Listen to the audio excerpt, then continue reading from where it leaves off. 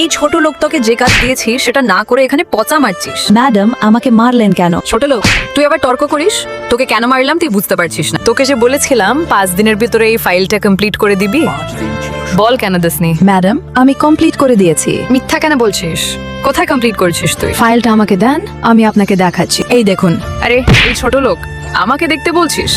এখনো দুটো কাম বাকি আছে, এগুলো কে করবে? তোর বাবা। এই দুটো কাম তাড়াতাড়ি কমপ্লিট করে দে। ম্যাডাম এখনই চলে আসবে। ম্যাডাম আসলে আমি কি করব?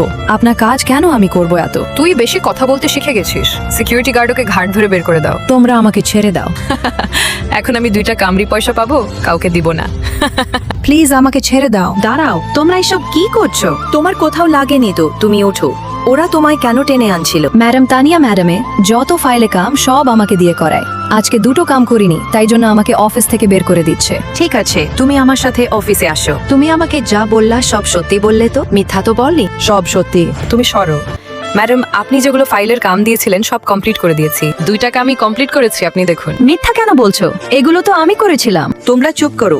আমি হাতের লেখা দেখলেই চিনতে পারবো এটা কে লিখেছে। এটা তো তানিয়া লেখা। ম্যাডাম আমি আপনাকে মিথ্যা বলিনি। ম্যাডাম আমি করেছি। চুপ কর আর মিথ্যা কথা বলো না। তোমার মতো কামচোর লোকেদের আমার এই কোম্পানিতে কোন জায়গা নাই। এখনই বের হয়ে যাও কোম্পানি থেকে। বন্ধুরা, কাজটা ঠিক করেছি না ভুল করেছি কমেন্টে জানিয়ে দেবেন। এই ভিডিওটা ভালো লাগলে একটা লাইক করে দিবেন।